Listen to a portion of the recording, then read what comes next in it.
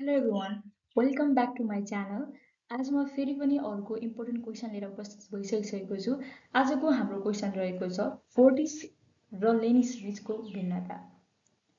Fortis र लेनी सिरिजमा के भिन्नता छ भनेर एक्जाममा 2075 मा टियुले सोधेको छ। त्यसै कारणले गर्दाखेरि आज हामी यसको डिस्कस गर्न गइरहेको छौँ।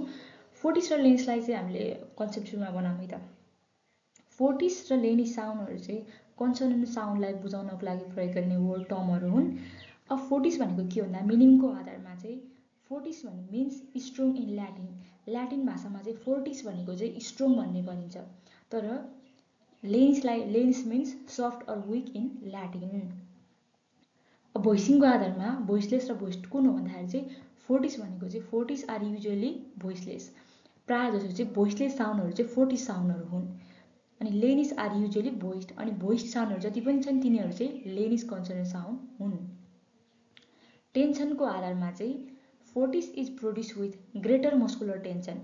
यसले चाहिँ तपाईँले जस्तै प ट क प भन्नको लागि र तपाईँले ब भन्नको लागि पलाई तपाईँले बढी पको उच्चारण गर्दाखेरि तपाईँको मस्कुलर टेन्सन बढी लाग्छ। So fortis is produce with greater muscular tension, lenis is produce with less muscular tension.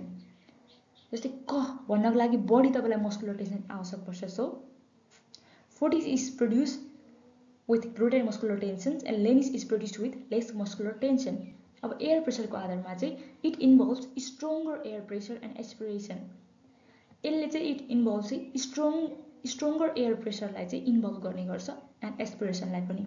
तर लेनिसले चाहिँ lenis involves weaker air pressure, little or no aspiration. इनर्जीको आधारमा it needs more articulatory energy. प भन्नको लागि तपाईँले चाहिँ प भन्नको लागि तपाईँको जुन यो ओठहरू छ नि ट भन्नको लागि छ नि त्यसमा बढी त्यो आर्टिकुलेटरी तिनीहरूलाई चाहिँ त्यो अङ्गहरूलाई चाहिँ बढी चाहिँ इनर्जी लागिरहेको हुन्छ बहरू भन्दामा पनि। सो इट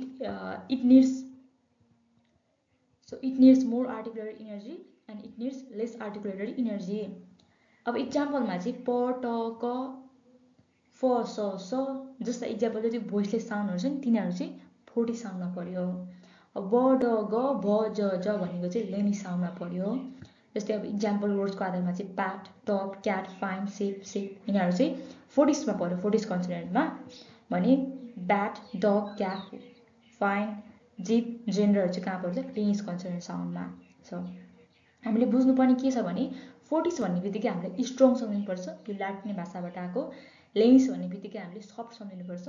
फोर्टिस भन्ने बित्तिकै हामीले भोइसलेस साउन्ड सम्झिनुपर्छ भने लेनिस भन्ने बित्तिकै भोइस्ड साउन्ड।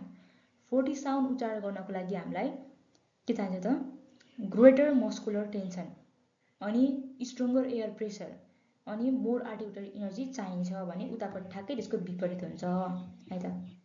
आई होप तपाईँले सम्झिनुभयो, तपाईँले बुझ्नुभयो भन्दै आजको भिडियोलाई यहीँ अन्त्य गर्न चाहन्छु। हस्त धन्यवाद।